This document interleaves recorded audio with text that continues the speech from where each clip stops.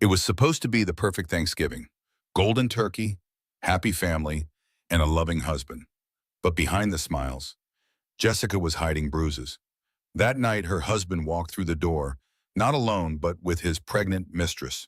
What happened next would shatter her body, her home, and her heart. He broke his pregnant wife's leg, right at the dinner table. But what he didn't know was that her father, a former Marine, had just arrived. What followed was a battle more brutal than any war Jessica had ever reported from. Stay with me, because what happens after this will make you scream, cry, and maybe even believe in justice again. And when you're done, don't forget, hit like, drop your thoughts in the comments, share this story with someone who needs to hear it, and subscribe for more true stories that hit where it hurts and heal where it matters. The warm glow of the Manhattan penthouse felt like a museum display, beautiful, expensive, and completely lifeless. Jessica Hartford stood at the kitchen island, her hands trembling as she basted the golden turkey for the fourth time. The smell of rosemary and butter filled the air, mingling with the faint scent of the vanilla candles she'd lit throughout the apartment. Through the floor-to-ceiling windows, Central Park stretched below like a postcard, the November afternoon painting everything in shades of amber and gray. Somewhere out there, families were gathering, laughing, creating memories. Inside her pristine home, Jessica was alone. She glanced at her phone. 4:30 in the afternoon. Marcus had promised to be home by 3. She'd called him 6 times. 6 times straight to voicemail. Her 2-year-old daughter Lily sat in her playpen, stacking blocks with chubby fingers, blonde curls bouncing as she hummed to herself. At least one of them was happy. Jessica's hand moved unconsciously to her swollen belly. 7 months pregnant with their son. She should have been glowing with working, surrounded by family, planning the future. Instead, she felt like she was drowning in a glass box. Everyone could see her, but no one could hear her screaming. The bracelet on her wrist caught the light. Cartier, 18-karat gold, a gift from Marcus last month. She adjusted it carefully, making sure it covered the bruise underneath. 5 days old now, fading from purple to yellow-green. She'd bumped into the counter, she told herself. Just clumsy pregnancy brain. The lie tasted bitter. Her phone buzzed, finally. But it wasn't Marcus. Unknown number. He's going to hurt you tonight. Leave now. Jessica's breath caught. Her finger hovered over the delete button. This was the 3rd message this week. Different numbers each time. She should tell Marcus. She should call the police. But something in her gut, that same instinct that had kept her alive in Fallujah when her press convoy took enemy fire, told her these messages were warnings, not threats. She deleted it anyway. Checked the locks on the door. Again. The apartment suddenly felt too big, too quiet. Jessica walked to the mantel, studying the photos arranged there like evidence in a trial. Her wedding day, Marcus in his perfect tuxedo, that smile that made senators and CEOs write checks without reading the fine print. Their honeymoon in Santorini, Lily's birth, and one older photo, tucked behind the others. Jessica in combat fatigues, standing with her press crew outside Fallujah. 3 colleagues who'd laughed with her that morning. 3 colleagues who died that afternoon when the IED ripped through their vehicle. She'd survived. Barely. The PTSD diagnosis came later, along with the nightmares, the panic attacks, the feeling that she'd used up all her luck and was living on borrowed time. That's when she'd met Marcus Hartford. Charming, successful, stable. Everything the war had stolen from her. He'd pursued her relentlessly, promised her safety, security, a family. She'd believed him because she desperately needed to believe in something. 5 years later, she was still trying to convince herself she'd made the right choice. The doorbell rang. Jessica froze. Marcus had a key. He never rang the bell. She checked the security camera. A man in marine dress blues stood in the hallway holding grocery bags and a bouquet of flowers. Silver hair cropped military short, face weathered by decades of sun and stress, eyes that had seen too much and forgiven too little. Her father, Colonel Frank Bishop, retired Marine, 3 tours in Vietnam, 2 in Iraq, recipient of the Silver Star, functional alcoholic. The man who'd shown up drunk to her wedding and called Marcus a dead-eyed psychopath wearing a Brooks Brothers mask. The man she hadn't spoken to in 8 years. Jessica's hands shook as she reached for the doorknob. Part of her wanted to pretend she wasn't home, but Lily had already heard the bell, was already toddling toward the door, calling out in her sweet baby voice. She opened it. Frank's eyes met hers. Decades of pain, regret, and stubborn hope packed into that single look. "Hi, sweetheart," he said quietly. "I know you said not to come, but it's Thanksgiving, and Lily deserves to know her grandfather." Before Jessica could respond, Lily squeezed past her legs. "Grandpa!" The little girl threw her arms up, and Frank's tough guy facade crumbled. He set down the bags and scooped her up, tears streaming down his weathered face. "Hey there, princess," he whispered. "Look how big you got." Jessica's throat tightened. She'd been showing Lily photos of Frank for months, unable to completely sever that connection despite everything. Family was family, even when it was broken. "You can't just show up here," Jessica said, but her voice lacked conviction. Frank set Lily down gently, pulling something from his pocket. An AA chip. 14 months sober, the inscription read. "I'm not the man who ruined your wedding," and he said, "I got help, real help. I'm trying, Jess. You told my husband he had dead eyes at the altar in front of 300 people. I was drunk," Frank admitted. "I was also right." Before Jessica could respond, her phone rang. FaceTime. Marcus. She answered, turning the screen so Marcus could see Frank in the background. For just a fraction of a second, so brief Jessica almost missed it, Marcus's perfect smile faltered. His eyes went cold, calculating. Then the charm snapped back into place like a mask. "Colonel Bishop, what a wonderful surprise," Marcus said, his voice warm as bourbon. "I wish I could be there to welcome you properly, but I'm stuck at the office. Big client emergency. I'll be home by 8, I promise." He hung up before anyone could respond. Frank's jaw tightened. That man's lying. "I interrogated terrorists for a living, Jessica. I know what lies look like." "You don't know him," Jessica said defensively, but her voice wavered. "He's good to us. He provides everything." Frank's eyes dropped to her wrist, where the bracelet had shifted, revealing the edge of the bruise. "Jessica," she yanked her sleeve down. "I bumped into the counter. It's nothing. Drop it." Lily tugged on Frank's pants. "Grandpa stay for turkey?" Frank looked at Jessica, silently asking permission. She should say no, should protect the fragile peace she'd built. But the apartment was so quiet, so empty, and the idea of spending another Thanksgiving alone with a toddler while her husband worked late made her want to scream. "Fine," she said, "but if Marcus is uncomfortable when he gets home, I'll leave," Frank promised. "Scout's honor." Jessica almost laughed. Frank had never been a scout. He'd been a Marine through and through, which meant he followed orders but interpreted them creatively. She let him in anyway. What else could she do? The turkey was getting cold. Her daughter was already chattering excitedly to her grandfather. And somewhere in the back of her mind, that survival instinct was whispering that when the unknown texter said Marcus would hurt her tonight, having a retired Marine colonel in the house might not be the worst thing. She just didn't know yet how right that instinct would prove to be. Frank carried his grocery bags to the kitchen, while Lily clung to his leg, chattering about her toys, her books, everything a 2-year-old found fascinating. Jessica watched her daughter's joy and felt something crack inside her chest, a reminder of what family could be when it wasn't performed for Instagram or carefully managed to maintain appearances. "You didn't have to bring anything," Jessica said, unpacking the bags. "Sweet potatoes, fresh cranberries, a bottle of sparkling cider." "Can't show up to Thanksgiving empty-handed," Frank replied. "Your mother would haunt me." The mention of her mother hung in the air like smoke. Susan Bishop had died 10 years ago. Car accident, they'd told Jessica. Quick, painless. A lie she'd believed because sometimes lies were easier than truth. Frank rolled up his sleeves, revealing tattoos Jessica remembered from childhood. An eagle, globe, and anchor on his forearm, coordinates on his wrist from every place the Marines had sent him home. His hands, scarred and steady despite his age, began peeling sweet potatoes with practiced efficiency.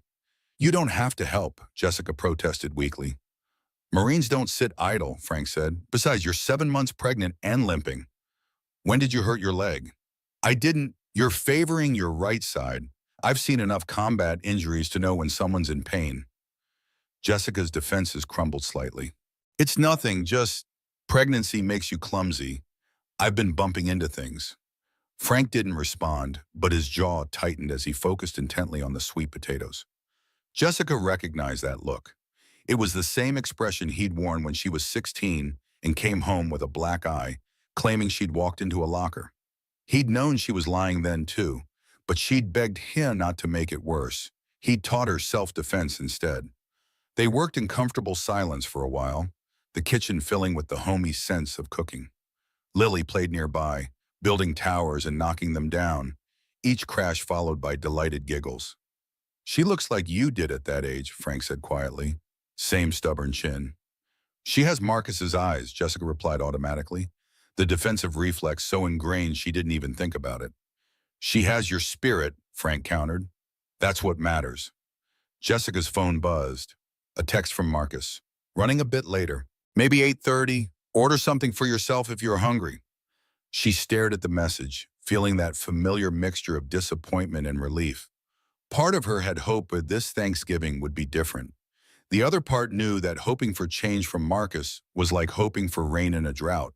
Technically possible, but increasingly unlikely. He's not coming, is he? Frank asked, reading her expression. He said 8:30. Which means what? 9, 10, never? Dad, stop. I'm just saying, you've been here 45 minutes. You don't get to judge my marriage. Frank set down the peeler, meeting her eyes. I judged it 8 years ago at your wedding, when I saw how he looked at you when he thought no one was watching. Like you were a possession he'd acquired, a trophy. You were drunk. Drunk doesn't mean wrong. Before Jessica could respond, her phone rang again. This time, Marcus wanted to FaceTime. She answered, forcing brightness into her voice. Hey, how's the client emergency? Marcus's face filled the screen, his office visible behind him. Dark wood, leather chairs, the Hartford Security Systems logo on the wall. Everything designed to project power and trustworthiness. It's a nightmare, he said, running his hand through his perfect hair. The Pentagon's breathing down my neck about the new surveillance software. But I'm thinking of you, babe. How's Thanksgiving prep? Good, Dad's helping. Oh?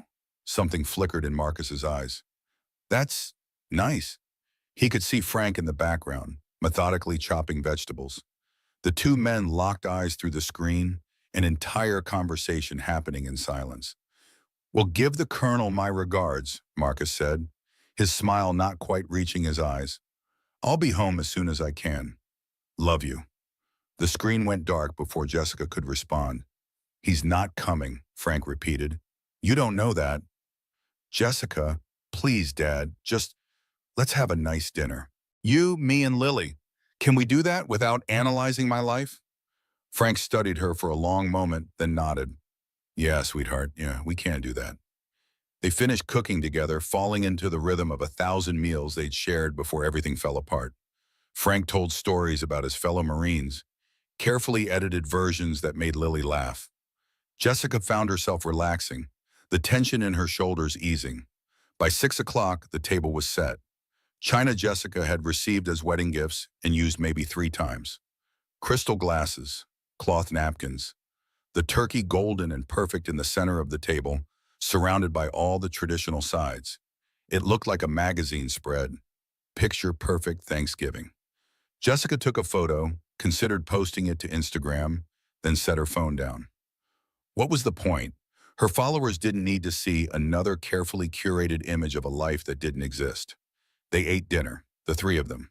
Lily in her high chair, making a glorious mess of mashed potatoes. Frank across from Jessica, treating the meal with the same focused attention he brought to everything. Jessica at the head of the table where Marcus should have been sitting, feeling the weight of his absence like a physical thing. This is nice, Frank said quietly. Just us. Jessica nodded, not trusting her voice. I'm sorry, Frank continued, for everything, for the drinking, for your mother, for not being the father you deserved. Dad, let me say this. I've been working with my sponsor for 14 months, doing the steps, making amends, and the biggest amend I owe is to you. Tears pricked Jessica's eyes. You don't have to. I do, because you deserve better. You deserved a father who showed up sober, who protected you instead of becoming another thing you had to protect yourself from. And I'm sorry, Jessica. I'm so damn sorry. She reached across the table, taking his weathered hand. I forgive you. I forgave you a long time ago. Then why haven't we talked in 8 years? Because forgiveness doesn't mean I wasn't hurt, or that I don't have boundaries now. Frank nodded slowly. That's fair. That's more than fair. They were still holding hands when the elevator chimed. Jessica's heart jumped. She pulled her hand back, suddenly aware of how this looked. Her estranged father, dinner for 3, Marcus's empty chair. The elevator doors opened. Marcus Hartford stepped out, immaculate in his charcoal suit, his smile warm and apologetic. And behind him, in a dress so red it practically screamed for attention, was Vanessa Cole. Jessica's blood turned to ice. Sorry I'm late, babe, Marcus said casually, as if bringing another woman to Thanksgiving dinner was perfectly normal. This is Vanessa, my executive assistant. She didn't have anywhere to go tonight, and I couldn't leave her alone on Thanksgiving. You don't mind, do you? Jessica's mouth opened, but no words came out. She stared at the woman standing in her home, mid-20s, beautiful, wearing a diamond bracelet Jessica had never seen before, but somehow knew cost more than her wedding ring. Frank stood slowly, his marine posture making him seem taller, more dangerous. His eyes moved between Marcus and Vanessa, reading body language, proximity, the 1,000 tiny signals that screamed what they were pretending not to be. Nice to meet you, Vanessa, Frank said evenly. I'm Frank Bishop, Jessica's father. You work closely with Marcus? Very closely, Vanessa replied, her hand touching Marcus's arm with easy familiarity. We spend so much time together. Business trips to Singapore, Dubai. I honestly don't know what I'd do without him. The words landed like grenades. Jessica finally found her voice. You brought your assistant to our Thanksgiving dinner? She had nowhere else to go, Marcus repeated, his tone suggesting Jessica was being unreasonable. It's the charitable thing to do. He moved past her to the table, Vanessa following. They sat down side by side, Marcus pulling out her chair like they were on a date. Jessica remained standing, her brain struggling to process what was happening. This wasn't an affair being hidden. This was an affair being flaunted. Marcus wasn't even trying to pretend. Frank's hand touched her elbow gently. You okay? She wasn't, but she nodded anyway, moving robotically to the table, serving food with mechanical precision while her world tilted sideways. And that's when Marcus's phone, sitting face up on the table, lit up with a text message. From V. Can't wait to tell her about our baby tonight. Vanessa was sitting right there, texting Marcus, while sitting next to him. Jessica's vision tunneled. The room seemed to shrink until all she could see was that message, those words, that heart emoji mocking everything she'd believed about her life. You're pregnant, she whispered. Vanessa smiled, cool, confident, victorious. 12 weeks, she said. We were going to tell you after dessert, but since you saw the text. Time seemed to stop. Jessica could hear her own heartbeat, feel the baby in her belly kick as if sensing her distress, see Lily's confused face as her mother stood frozen, shaking. And then something inside her snapped. She grabbed her wine glass, still full, untouched, and threw the contents in Vanessa's face. The next few seconds would change everything. The red wine dripped down Vanessa's face, staining her dress. Her surprise genuine for just a moment before her expression shifted to something calculating, predatory. Her hand moved to her phone, already recording. Did you see that? Vanessa's voice rang out, loud enough for the phone to catch every word. She attacked me. This woman is crazy. She just assaulted me in her own home. Marcus moved fast, too fast. The transition from charming CEO to something darker happened in a heartbeat. His hand locked around Jessica's wrist, the same wrist with the hidden bruise, and twisted. Pain shot up Jessica's arm like lightning. She screamed, tried to pull away, but his grip was iron. You embarrassed me, Marcus hissed, his perfect mask finally dropping. In front of a guest, in front of your father. How dare you? He shoved her. Jessica stumbled backward, her pregnant belly throwing off her balance. She hit the edge of the dining table hard, before falling to the marble floor. Her leg twisted underneath her body at an unnatural angle. The crack echoed through the penthouse like a gunshot. For a second, there was complete silence. Then Lily started screaming, high-pitched, terrified cries that seemed to come from somewhere far away. Jessica tried to move to get to her daughter, but white-hot agony exploded from her leg. "My leg," she gasped. "Marcus, the baby." She looked up at her husband, hoping to see concern, regret, anything human. Instead, Marcus stood over her, straightening his chin, his face cold and blank. Then something changed in the air. A presence controlled and dangerous. Frank moved with combat precision. One moment he was across the room, the next he had Marcus face down on the dining table, arm twisted behind his back in a restraint hold perfected through decades of military training. 3 seconds. That's all it took. "You just assaulted a pregnant woman." Frank's voice was deadly calm. "In front of a witness.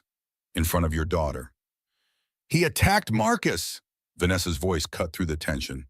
Her phone was still recording, angled carefully to make it look like Frank was the aggressor. "You all saw it. The drunk father attacked him." Frank's free hand moved to his breast pocket. "I've been recording since you walked in. Every word. Every action." Marcus laughed. Actually laughed. Even pinned to the table. "New York's a two-party consent state, old man. Your recording's inadmissible. You think a jarhead knows the law better than my attorneys?" "Don't move your leg," Frank said to Jessica, maintaining his hold on Marcus. "I'm calling 911. "You stupid old drunk," Marcus's voice dripped with contempt. "You think you're the hero. I own this city. That phone she's filming with? My company makes the surveillance software. The 911 system? Hartford Security Systems runs it. The cops about to arrive? I donate $50,000 annually to their union. Your daughter? Check the prenup. She's mine. This house? Mine. The bank accounts? Mine." Each word was a hammer blow. Jessica lay on the cold marble, her legs screaming, her unborn baby kicking frantically, listening to her husband explain exactly how trapped she was. "You can't help her," Marcus continued, that cold smile back on his face. "No one can. She's mine, and she'll do exactly what I tell her." Sirens wailed in the distance, growing closer. "Daddy!" Lily's terrified voice cut through everything. "Daddy, Mama's bleeding." Jessica looked down. Blood, not from her leg, lower, the fall, the stress. Oh God, the baby. "Ambulance," she whispered, "please. The baby." 2 police officers entered, clearly familiar with Marcus, their handshakes friendly, casual. Frank reluctantly released Marcus, who immediately straightened his suit and shifted into his public persona. "Officers, thank God you're here." Marcus's voice was perfect. Concerned husband, reasonable man, dealing with an unreasonable situation. "My wife had a psychiatric episode. She attacked my colleague with wine, and when I tried to calm her, she fell. Her father, who has a history of alcoholism, then assaulted me." He showed them Vanessa's video, which had been carefully edited to start at the wine throw, cutting out everything that came before. "Sir, we need you to step outside," one officer said to Frank. "She needs an ambulance. Her leg is broken." Frank's voice rose. "Already called private medical transport," Marcus said smoothly. "She's going to Lenox Hill, our family hospital. I'll ride with her. Make sure she gets the best care." Frank was being escorted out, but he caught Jessica's eyes, mouthed, "I'm not leaving you." Paramedics arrived with a stretcher, professional, efficient, loading Jessica carefully while she bit back screams of pain. Marcus climbed into the ambulance with her, playing the devoted husband for the witnesses. As the door started to close, he leaned close to her ear, voice barely a whisper. "You stupid bitch. You should have just smiled and eaten your turkey. Now you'll lose everything." The ambulance doors slammed shut. Through the small window, Jessica saw her penthouse growing smaller, saw Frank being held back by the officers, saw Vanessa standing in the doorway with Lily on her hip, waving goodbye, waving like a mother seeing off a guest. And Jessica realized with perfect crystal clarity that this wasn't an affair that had gotten out of control. This was a plan, carefully orchestrated, perfectly executed. She'd walked into a trap, and she hadn't even seen it closing around her. The ambulance turned the corner, and her old life disappeared from view. Lenox Hill Hospital's emergency room was a controlled chaos of beeping machines, hurrying staff, and the sharp smell of antiseptic. Jessica lay on a gurney, her leg immobilized in a temporary splint, each heartbeat sending fresh waves of pain through her body. Mrs. Hartford? A doctor approached, her badge-reading doctor. Rachel Stevens. She had kind eyes, tired around the edges. I'm going to examine your leg. Can you tell me your pain level? 9, Jessica gasped. Maybe 10. And the baby, please check the baby. Dr. Stevens' hands were gentle as she examined Jessica's leg. The fetal monitor shows a strong heartbeat, but this leg, you have a tibial plateau fracture.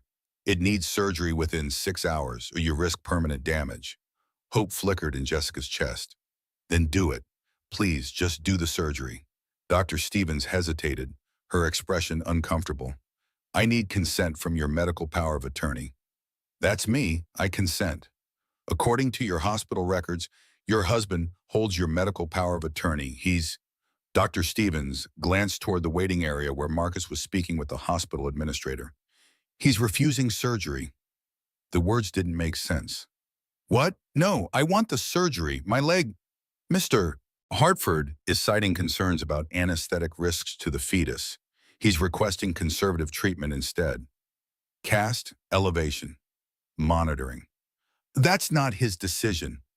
Jessica tried to sit up, but pain lanced through her. Doctor, please. You can see what's happening here. He did this to me. He pushed me. He broke my leg, and now he won't let you fix it? Dr. Stevens' eyes filled with something like pity. Mrs. Hartford, I believe you, but legally your husband has the authority. That's not fair. That's not... Jessica's voice broke into sobs. Marcus entered, flanked by 2 lawyers in expensive suits. The hospital administrator followed, looking deeply uncomfortable. Sweetheart, Marcus's voice was honey smooth, but his eyes were cold. You're not thinking clearly. The surgery poses risks to our son, our baby. We need to protect him first. My leg, Jessica whispered. Marcus, please. It'll heal wrong. I'll never walk right again. Dr. Stevens, Marcus addressed the physician directly, dismissing Jessica's pleas entirely. My wife has a history of post-traumatic stress disorder from her time as a war correspondent. She was diagnosed with PTSD in 2013. She's not in a state to make rational medical decisions. One of his lawyers stepped forward, presenting documents. We're requesting a psychiatric evaluation before any major medical procedures are authorized. No, Jessica breathed. No, don't. But a nurse was already bringing forms. Marcus signed them with a flourish, then guided Jessica's hand to the signature line. Just sign, Jessica. It's for your own good. The pain was so intense she could barely see. She signed because she didn't have the strength to fight, because every second without pain medication felt like being torn apart, because she couldn't think past the agony in her leg and the terror for her baby. 30 minutes later, a psychiatrist arrived, Dr. Philip Brennan. He had the look of someone who'd been paid well to ask specific questions. Mrs. Hartford, I understand you served as embedded press in Iraq and Afghanistan from 2007 to 2012. Jessica nodded, wary. And you were diagnosed with PTSD in 2013? Yes, but I've been managing it. Therapy, medication when needed. I'm fine. Have you ever experienced suicidal ideation? The question hit like a physical blow. That was years ago. After my press unit was hit by an IED, 3 of my colleagues died. I had survivor's guilt, but I got help. So you've considered suicide? Once, over a decade ago, but that's not. Current medications? Prenatal vitamins. Sometimes Xanax for panic attacks, but rarely. How frequently? Maybe twice a month? Less? So you're self-medicating anxiety with benzodiazepines while pregnant? Each answer was a trap, every honest response twisted into evidence of instability. Jessica watched her own words being weaponized against her, powerless to stop it. Dr. Brennan's diagnosis came swiftly. Given the acute stress, documented history of PTSD, past suicidal ideation, current medication use, and tonight's violent outburst, I'm recommending 72-hour psychiatric observation. Violent outburst? Jessica's voice rose. I threw wine at the woman who's sleeping with my husband, who's pregnant with his baby. That's not mental illness. That's a normal reaction to. Your elevated state confirms my assessment, Dr. Brennan said calmly. This is for your safety, Mrs. Hartford. Dr. Stevens, please, Jessica begged the ER physician. Don't let them do this. Dr. Stevens looked genuinely pained.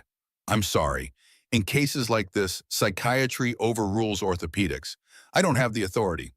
They transferred Jessica to the psychiatric wing, her legs still untreated, still screaming with pain. The ward had safety glass windows, soft rooms, and the particular quiet that comes from heavily sedated patients. Through her window, Jessica could see the parking lot, watched Marcus carrying Lily to his car. Her daughter was crying, reaching back toward the hospital. Mama! Mama! Marcus saw Jessica watching, and he smiled. Actually smiled, then made Lily wave her little hand. Vanessa appeared, sliding into the passenger seat with easy familiarity. Playing house, playing family. With Jessica's daughter. Jessica screamed, pounded on the safety glass window. An orderly appeared behind her. Mrs. Hartford, you need to calm down, or we'll have to sedate you. She kept screaming, kept pounding. The injection came swift and cold. The world tilted sideways, colors bleeding together. Jessica's last conscious thought was of Lily's face, confused and terrified, disappearing as the car pulled away. When she woke 18 hours later, she was strapped to the bed with soft restraints for her safety. Her phone sat on the bedside table, deliberately placed where she could see it but not reach it. The screen lit up with notifications. Family court emergency hearing. Missed. Diane Morrison, where are you? Judge ruled in Marcus's favor. Marcus, Lily's asking for mommy. I told her you're too sick. Hope you get better soon, hearts. Jessica closed her eyes and realized with perfect clarity that she'd just lost everything. Her daughter, her freedom, her life. And the man who'd orchestrated all of it was probably tucking Lily into bed right now, reading her a bedtime story, acting like the devoted father while his pregnant mistress watched from the doorway. The American dream, picture-perfect family, built on the ruins of the family he'd destroyed. Frank Bishop sat in a motel room in Queens that smelled of mildew and broken dreams. The place rented rooms by the hour, asked no questions, and took cash. It was all he could afford on his military pension. His laptop glowed in the darkness, email after email flying to old contacts. Former Marines who owed him favors, intelligence analysts he'd worked with in Baghdad, anyone who might have information on Hartford security systems. The responses came back terse and worried. Frank, that company's flag. Can't tell you more. Above my clearance. Whatever you're digging into, drop it. These people are connected. I value my pension too much to help you with this one. Sorry, brother. Frank stared at the screen, feeling 62 years old and utterly useless. His daughter was locked in a psychiatric ward, and he was powerless to help her. His phone rang. Unknown number. Yeah? Colonel Bishop? A familiar voice. Agent Mitchell, someone Frank had worked with during his last tour in Iraq. Got your message. Meet me. 1 hour. The parking lot behind St. Patrick's Cathedral. The line went dead. Frank grabbed his jacket and his concealed carry pistol. Technically illegal in New York, but he was past caring about technicalities. If Marcus Hartford owned the police, Frank needed to be prepared. The cathedral parking lot was empty at midnight, just scattered cars in the glow of streetlights. Agent Mitchell appeared from the shadows, looking older than Frank remembered. Grayer, more cautious. This is dangerous, Frank. You know that? My daughter's in danger. That trumps everything. Mitchell lit a cigarette, hand shaking slightly. Hartford Security Systems isn't just a defense contractor. It's a front. Marcus Hartford sells surveillance technology to sanctioned nations. Iran, North Korea, Syria. Tech that tracks dissidents, monitors opposition leaders. People die because of what he sells. Then why isn't he in prison? His father, Richard Hartford, former CIA, connected to everyone who matters. He has files on judges, senators, FBI brass, blackmail material going back decades.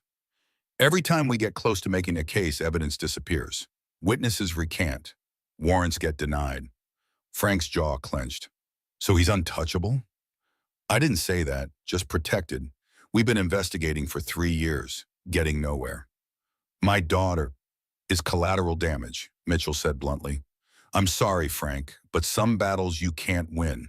Tell Jessica to sign whatever papers he wants, take whatever settlement she can get, and disappear. It's the only way she survives this. That's not acceptable. Then she's already lost. Mitchell dropped his cigarette, crushed it under his heel. There's one more thing you should know. Marcus's assistant, Vanessa Cole, she's FBI, undercover, has been for 18 months. Frank's blood ran cold. She set up my daughter. That whole Thanksgiving dinner was supposed to be controlled. Vanessa was tasked with getting close to Marcus, gathering evidence. The assault on your daughter wasn't supposed to happen. Intel said Marcus was white-collar only, not violent. Intel was wrong, clearly. Mitchell looked genuinely troubled. Look, I shouldn't be telling you this, but Vanessa's op is targeting Richard, not Marcus. Marcus is small time compared to his father. If we arrest Marcus now on domestic violence, Richard vanishes. Lawyers spring Marcus in 48 hours. Everyone walks. How long until you have Richard? 6 weeks. We're doing a controlled delivery of surveillance tech to Syrian contacts. Richard has to personally verify the deal. Jessica doesn't have 6 weeks. Then help us speed it up. You've got access through military channels. Old contacts who don't answer to the people Richard owns. You help us nail Richard fast, we nail Marcus in the process. Your daughter gets justice. And if I don't? Mitchell met his eyes. Then your daughter stays locked up while Marcus gets permanent custody. Your choice, Colonel. He walked away, melting back into shadows. Frank stood alone in the parking lot, weighing impossible options. Help the FBI, potentially saving Jessica, or try to fight alone and guarantee her destruction. His phone buzzed, another unknown number, but this text made his heart stop. Colonel Bishop, we need to talk. Tonight. Vanessa Cole. An address followed, a different motel, even worse than Frank's. He drove there knowing it might be a trap, but he was a Marine. Marines ran toward danger, not away from it. Vanessa sat on the motel bed, still in the red dress from Thanksgiving, makeup smudged. She looked smaller, less predatory, almost human. Frank's hand rested on his concealed weapon. Give me one reason not to shoot you for what you did to my daughter. Because I can help her, Vanessa said quietly. Because I saw what Marcus did, and it wasn't supposed to go that way. Because I'm FBI, and if you shoot me, Jessica loses her only chance. She pulled out her badge, slowly. Special Agent Vanessa Cole, Federal Bureau of Investigation. Call this number. Ask for Assistant Director Warren. Verify I'm real. Frank made the call. It checked out. He hung up, not lowering his guard. You set her up. I got close to Marcus. That was my job. The Thanksgiving dinner was supposed to happen differently. I was supposed to provoke an argument. Get Marcus to reveal his control issues. Not that. She's in a psychiatric ward with a broken leg. She lost custody of her daughter. I know, Vanessa's voice cracked. And I'm sorry, but Marcus is a puppet. Richard Hartford is the real target. International arms dealer, human trafficker, money launderer. He has a network that spans 40 countries. If we take down Marcus now, Richard disappears. Everything we've built collapses. Jessica doesn't have 6 weeks. Then we speed it up. You have military contacts Richard can't touch. Help me gather evidence faster. We hit them both simultaneously. Jessica gets her life back. And if I don't, Vanessa's eyes were hard, then your daughter stays locked up while Marcus raises Lily with me playing mommy. He'll divorce Jessica, marry me for appearances, and your daughter will die in that psychiatric ward. Legally, quietly. They'll call it suicide from PTSD. The threat was clear. Help or lose everything. Frank wanted to put his fist through the wall, but that wouldn't save Jessica. What do you need me to do? Vanessa pulled out a laptop. Richard has a vault at his Connecticut estate. Physical files on everyone he controls, judges, politicians, woos. We get those files, we blow up his entire network. But the estate has security I can't bypass alone. When? This Saturday, Marcus is throwing his annual post-Thanksgiving party. 200 guests. Security will be spread thin. Frank looked at Vanessa, this woman who'd destroyed his daughter's life as part of an FBI operation, and made a choice he'd probably regret. I'm in, but if anything happens to Jessica, if this goes wrong and she gets hurt worse, then you can shoot me, Vanessa finished. Fair? Fair. They shook hands like enemies, agreeing to a temporary ceasefire. Outside, New York City hummed with late-night traffic, millions of people living their lives, completely unaware that in a Queens motel room, two people were planning a heist that would either save Jessica Hartford or destroy her completely. Frank just prayed he was making the right call.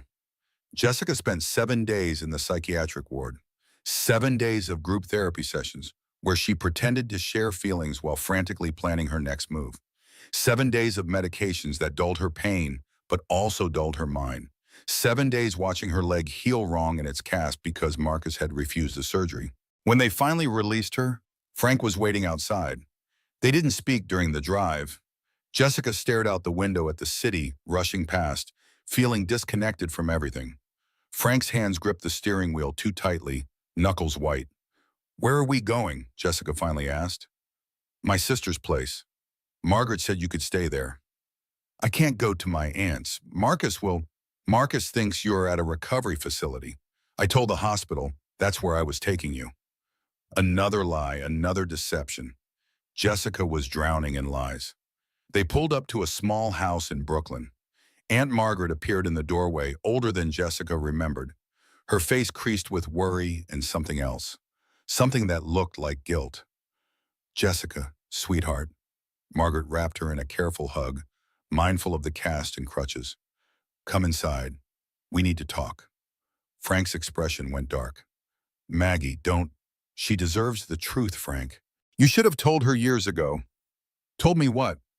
Jessica limped inside, exhaustion and pain making her voice sharp. Margaret led them to her living room, pulled out a worn folder from a drawer. Inside were documents Jessica had never seen before.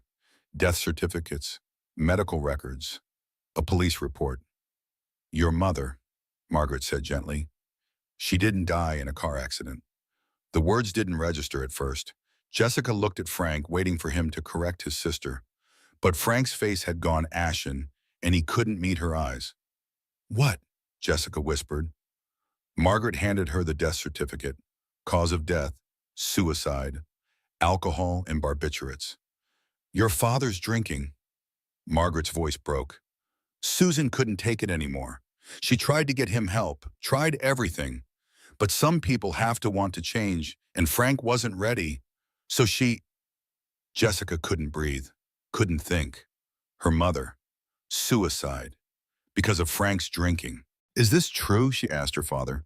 Frank nodded, tears streaming down his weathered face. I was going to tell you. When I got sober, I swear I was going to explain everything. You killed her. The words erupted from Jessica like a physical thing. Your drinking killed her, and I married the same kind of man. I married Marcus because you made me think that was normal. Jessica, get out. You're just like him. You lie. You destroy. Get out of my life. Please, let me explain. There's nothing to explain. Frank stumbled backward, broken by his daughter's fury. Margaret touched his arm, but he shook her off, walking out without another word. Jessica collapsed onto Margaret's couch, sobbing so hard she thought she might shatter. Her mother, her father, Marcus. Everyone she'd ever trusted had lied to her. The next morning brought fresh disaster. Jessica tried to access the ATM using her bank card. Account close flashed on the screen. She tried another card. Declined. Panic rising, she called the bank, waded through automated menus with shaking hands. Mrs. Hartford, the representative said after verifying her identity. Your husband transferred all joint assets to offshore accounts yesterday. According to the prenuptial agreement you signed, he has full authority over marital finances during periods of your mental incapacity. Your recent psychiatric hospitalization triggered that clause. That can't be legal. I'm sorry, ma'am. You'll need to consult an attorney. Jessica hung up, checked her wallet, $53 in cash. That was everything. She called Diane Morrison, her best friend from college, now a divorce attorney. Diane, I need help. I need a lawyer. Diane's voice sounded thick, like she'd been crying. Jess, I'm so sorry. I showed up to that emergency custody hearing. Marcus had 3 attorneys, big firms. They buried me in motions. What happened? Judge awarded him temporary full custody. You're deemed unfit pending psychiatric clearance. The penthouse is in Richard Hartford's name. Always was. You were never on the lease. And your prenup? What about the prenup? It's ironclad. You signed away everything. Jessica remembered signing that document 5 years ago. Marcus's lawyers had presented it as standard procedure. She'd been so in love, so trusting. She'd signed without reading. Help me fight this, Jessica begged. I will, but my firm requires a $50,000 retainer for cases involving clients like the Hartfords. Without that, I have $53. Silence on the line. I'm sorry, Jess. I'm so sorry. The final catastrophe came that afternoon. Social services called. They'd arranged a supervised visit with Lily. 1 hour. Jessica could see her daughter for 1 hour. She arrived at the facility on crutches, her leg throbbing, her heart racing with desperate hope. A social worker led her to a cheerful room filled with toys. Lily was playing with a new doll, expensive, pristine, nothing like the well-loved toys Jessica had carefully chosen. Lily? Jessica's voice shook. Baby, it's Mommy. The little girl looked up, her face scrunched in confusion. Who's that lady? Jessica's heart shattered into 1,000 pieces. Lily, sweetheart, it's Mommy. Don't you remember? The social worker intervened gently. Lily, this is your mother. Remember Mommy? My mommy's at home, with Daddy and Nessa. Nessa? Jessica whispered. The door opened. Marcus stood there, looking like he'd stepped out of a magazine ad. Concerned father, devoted husband, all performance. Sorry to interrupt, he said smoothly. Lily was asking for me. Lily ran to him immediately. Daddy, I want to go home. Marcus scooped her up, planting a kiss on her head while maintaining eye contact with Jessica, claiming territory. The doctor said this might happen, he said, his voice dripping with fake sympathy. Memory issues in toddlers when routines are disrupted. Maybe with time. He leaned close, whispering so only Jessica could hear. She calls Vanessa Mama now. Forgot you in 9 days. Sign the divorce papers. Let me go. I'll give you supervised visits once a month. Never. Then you'll never see her again. The social worker was already ushering them out, citing Lily's separation anxiety.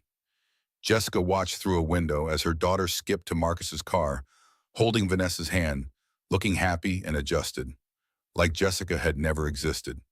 She collapsed on the floor of the visitation center, and this time when the tears came, they didn't stop. 8 months pregnant, broken leg, no money, no home, no daughter. Jessica sat on a bench in Queens that night, rain soaking through her clothes. She'd walked from the subway station, nowhere else to go. In her pocket was a bottle of pills she'd taken from Aunt Margaret's medicine cabinet. The East River looked dark and infinite. Maybe Mitchell was right.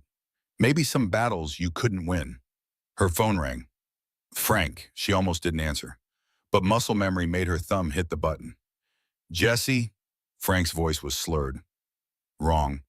Jessica, I'm at St. Vincent's ER. I drank. I'm sorry. I'm so sorry. And with those words, Jessica realized she had a choice. She could join her mother in giving up, or she could fight. She looked at the pills in her hand, then threw them into the river.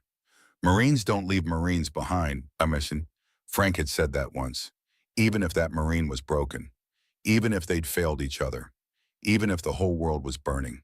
Jessica stood up, flagged down a cab with her last $20, and headed to St. Vincent's Hospital. The battle wasn't over yet.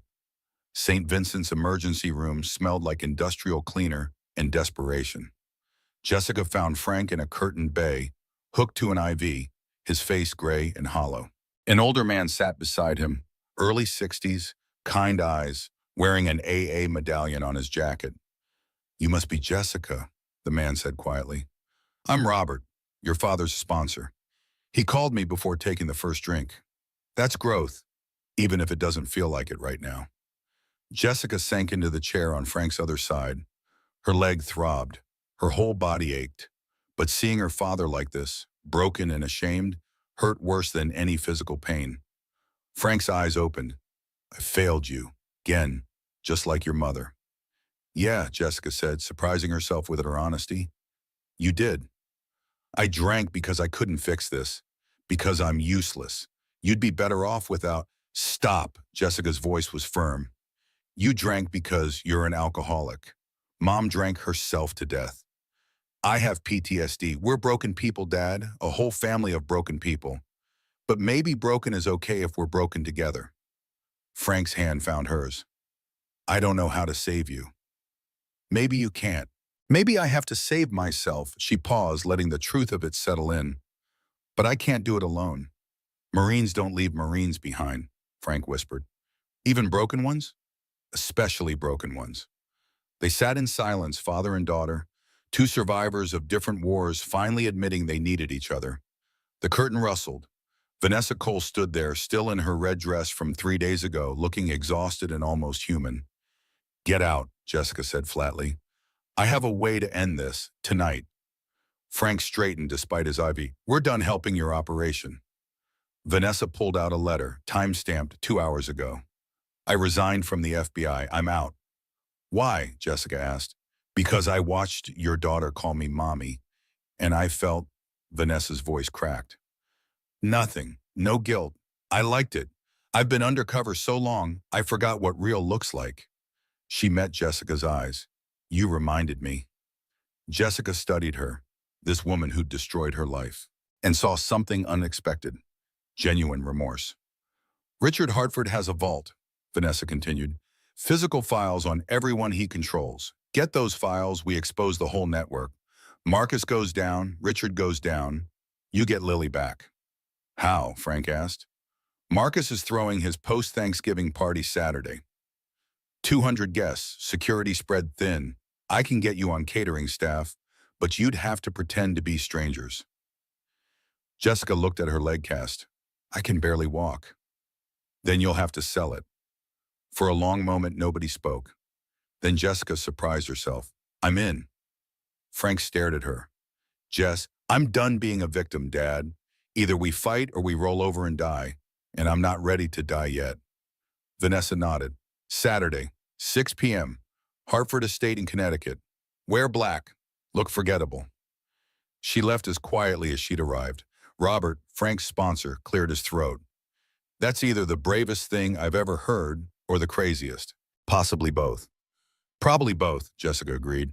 They discharged Frank that morning with stern warnings and follow-up appointments he'd probably keep. Jessica helped him to her aunt's house, where Margaret had prepared the guest room with clean sheets and hopeful determination. The next 2 days were a blur of planning. Vanessa sent encrypted messages with floor plans, guard rotations, security codes. Frank drilled Jessica on how to move with crutches without drawing attention, how to blend into backgrounds, how to think like someone who'd spent decades in combat zones. You were a war correspondent, Frank reminded her. You survived Fallujah. You can survive this. Fallujah was different. At least there I knew who the enemy was. The enemy's the same everywhere, Frank said. People who think power gives them permission to hurt others. Saturday arrived too quickly. Jessica dressed in black pants and a plain shirt, pulled her hair into a bun, wore cheap glasses Vanessa had provided. She looked like 1,000 other caterers in New York. Anonymous, forgettable. Frank wore kitchen whites. A sous chef, his forged documents said. The FBI had provided them, even if Vanessa was officially resigned. They rode to Connecticut in silence. The Hartford estate loomed like something out of a movie. Colonial mansion, manicured grounds, money radiating from every brick. 200 guests in evening wear. Jessica served champagne on crutches, playing the recovering worker. Nobody looked at her twice. Rich people had a talent for not seeing the help.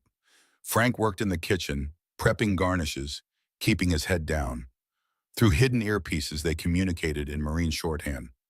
Eyes on Richard, second floor, study. Copy that. Jessica maneuvered through the crowd, catching glimpses of her old life. Marcus holding court with senators and CEOs. Vanessa on his arm, playing the devoted girlfriend. And through an upstairs window, Lily with a nanny, playing with toys that Jessica's daughter didn't recognize. It took everything in Jessica not to break cover, to run upstairs and grab her daughter and run. Stay focused, Frank's voice through the earpiece. We get the files, we get her back. Richard Hartford appeared on the grand staircase. 68 years old, silver-haired, commanding. Everyone deferred to him like some kind of king. To family, Richard's voice carried across the room. To loyalty, to the Hartford legacy. Jessica served him champagne, close enough to hear his conversation with the senator. Shipment clears customs Tuesday. Your confirmation makes it legal. And my daughter's college fund? Already transferred out the Dragon, Cayman's account, untraceable. Arms dealing, right here, openly discussed, because these people thought they were untouchable. Vanessa created the distraction. A convincing allergic reaction, gasping for breath, needing her EpiPen from upstairs. Security escorted her up, leaving the hallway to the vault temporarily exposed. Frank moved fast. Jessica kept watch. Behind a bookshelf, code entered. The vault door opened. Files. Hundreds of manila folders with names that would make the evening news for months. Judges, congressmen, FBI agents, police chiefs. Everyone Richard owned, documented in ink. Frank photographed everything with a button camera, live streaming to FBI servers Vanessa had arranged. Then he found a folder labeled Jessica Hartford, Leverage. Inside were photos from Iraq, medical records, fake psychiatric evaluations, staged photos making her look unstable. They'd been planning this for months, maybe years. 45 seconds, Jessica whispered. Frank grabbed the folder, closed the vault, security returning. Frank slipped back to the kitchen with seconds to spare. They met in a pantry, both breathing hard. They planned everything, Jessica stared at the folder. The assault, the psychiatric hold, all of it. We have evidence now. This goes to the FBI. No, it doesn't, Vanessa's voice came from the doorway. She was holding a gun. Frank reached for his concealed weapon, but Vanessa was faster. Hands where I can see them, Colonel. I'm 28 and trained by Mossad. You're 62 with arthritis. Jessica's world tilted again. Another betrayal, always another betrayal. I lied, Vanessa said. I'm not FBI.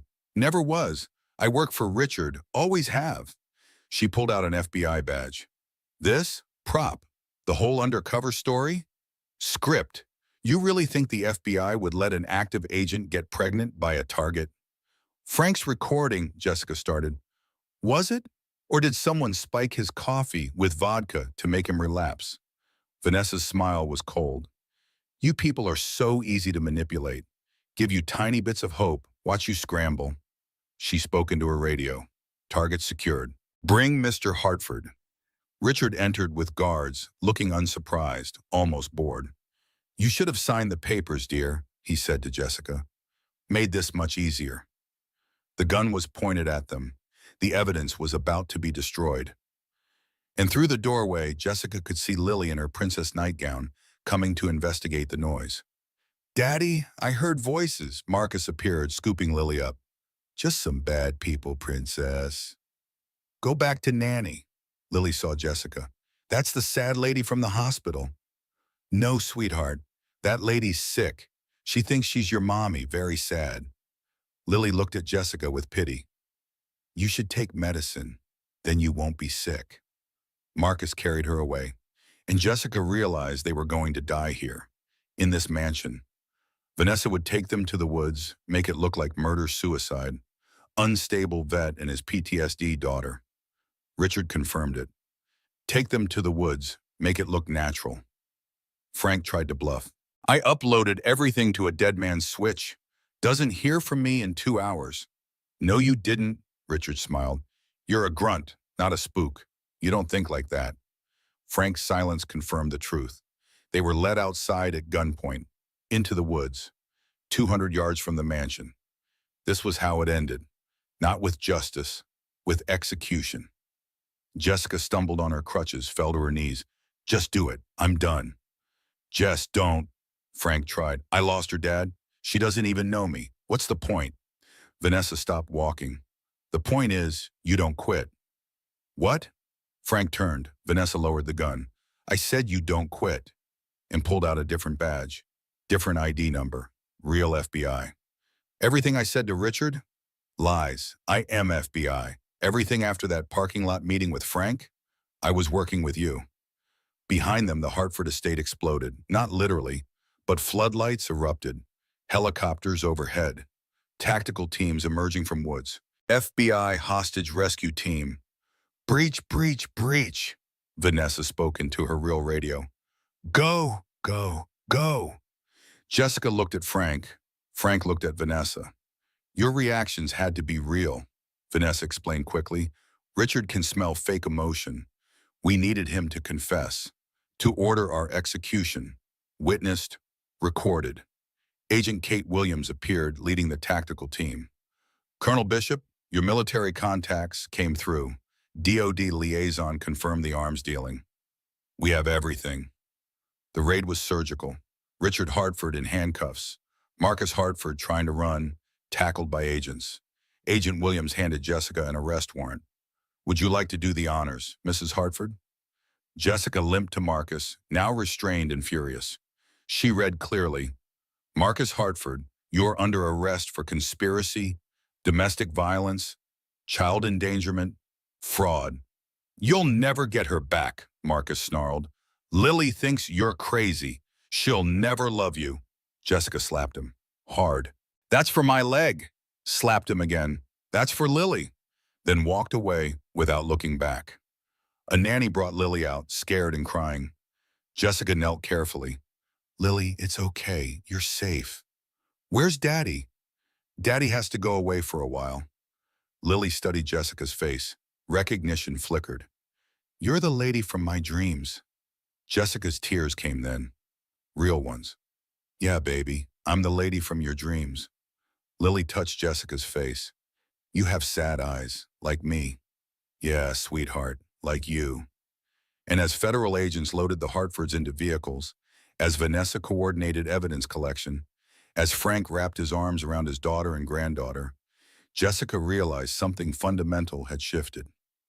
She wasn't the victim anymore. She was the survivor. And survivors didn't quit. 1 year later, Jessica sat in a Senate hearing room, facing cameras broadcasting to every news channel in America. The room was packed. Journalists, victims advocates, families of people who died because of Hartford technology used by foreign regimes. The senator leading the inquiry, a stern woman from Massachusetts, reviewed her notes before speaking.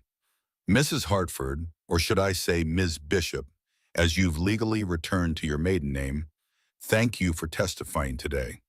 This committee is investigating how Hartford security systems sold military-grade surveillance technology to sanctioned nations. Can you describe your knowledge of these activities during your marriage? Jessica's hands rested on the table, steady despite her racing heart. She'd spent months preparing for this. Therapy twice a week, practice testimony with prosecutors. Learning to tell her story without falling apart. Senator, I knew my husband was cruel. I didn't know he was a traitor. The words landed like bombs. Reporters typed frantically. Please describe the events of November 23rd of last year. Jessica took a breath. My husband broke my leg because I confronted his mistress. While I was 7 months pregnant, in front of our 2-year-old daughter and my father. She paused, making sure every word was clear. But what he did to me is nothing compared to what his technology did overseas. Hartford surveillance systems track dissidents in Syria, Iran, North Korea. People are dead because of what he sold. Marcus's defense attorney, an expensive shark in an expensive suit, stood. Ms. Bishop, isn't it true you have been diagnosed with PTSD, that you've been hospitalized for psychiatric evaluation? Yes, Jessica said steadily. And you've taken anti-anxiety medication?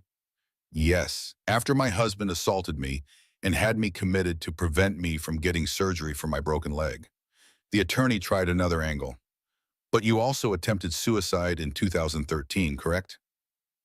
I had survivor's guilt after my press crew was killed by an IED in Fallujah. 3 of my colleagues died. I got help.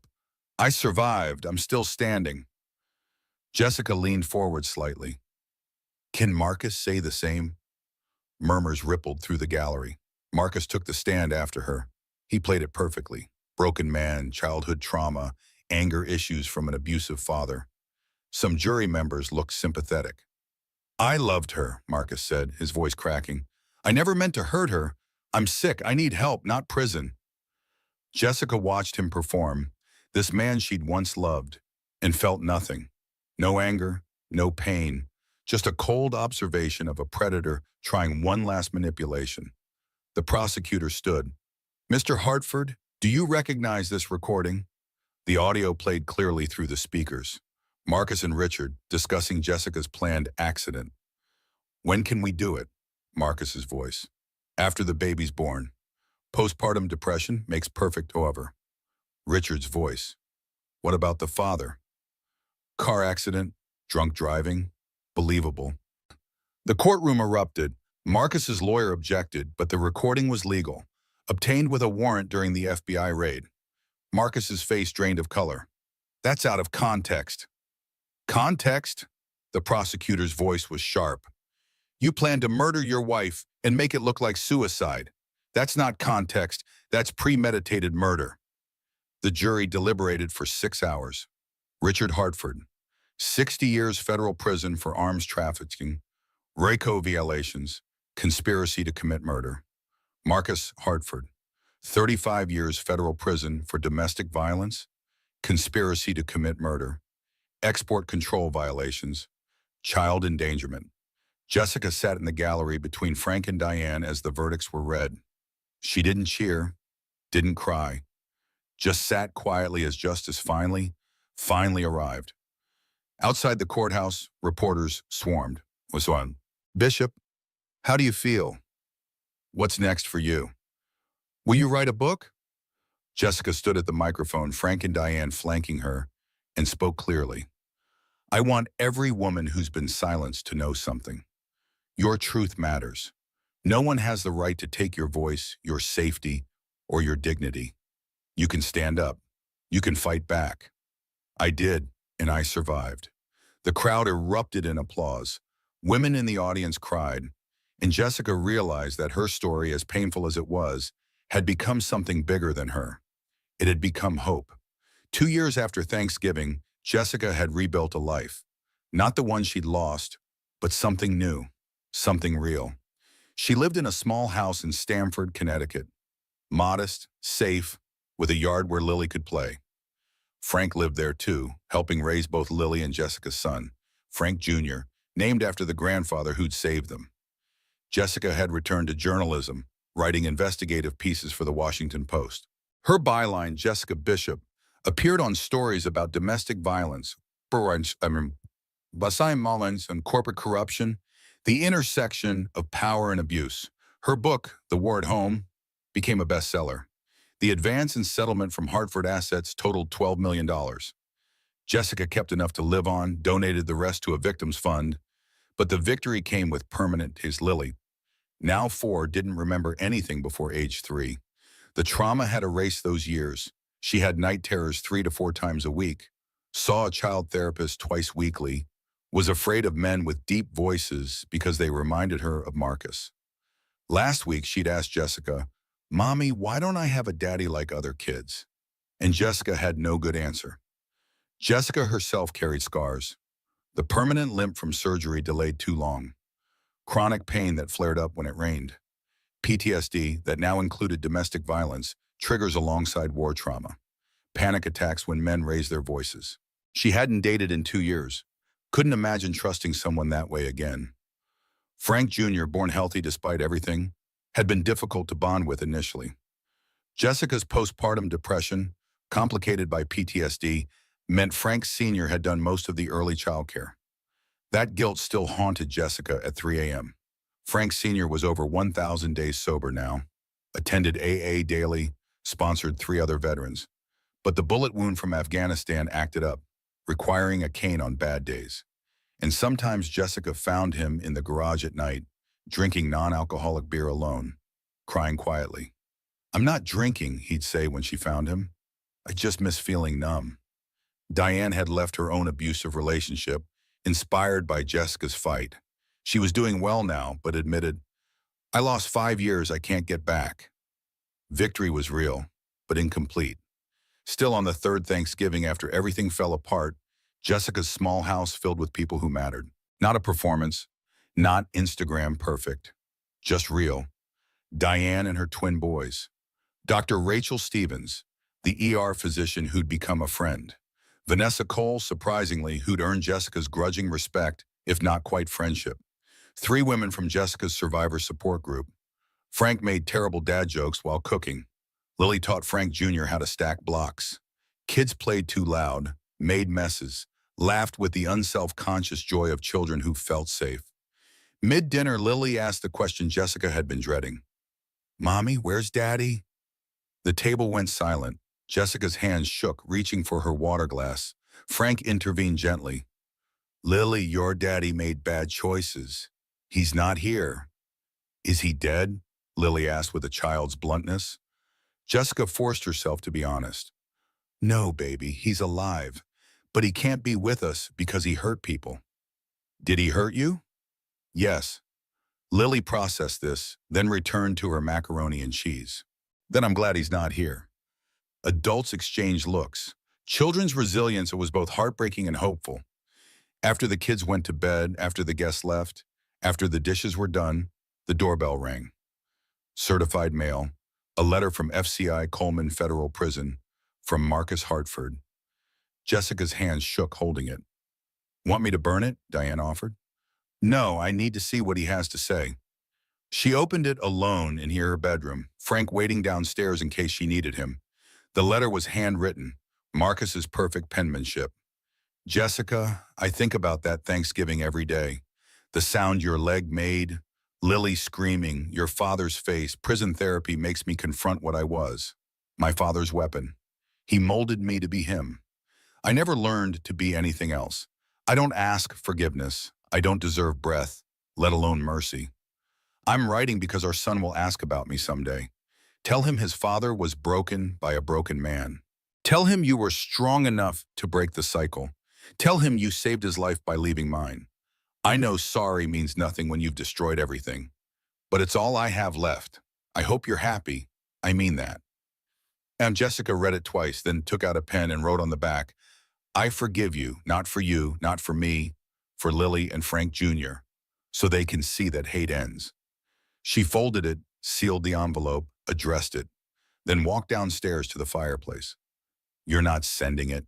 Frank asked. "He doesn't need my forgiveness," Jessica said, watching the letter catch fire. "I do." The paper curled and blackened, becoming ash. "Some letters are just for us," Jessica whispered. Frank put his arm around her shoulders, and they watched the flames together. Later, Jessica tucked Lily and Frank Jr. into bed. "Tell the princess story," Lily demanded. "Once upon a time, there was a princess who everyone thought needed rescuing.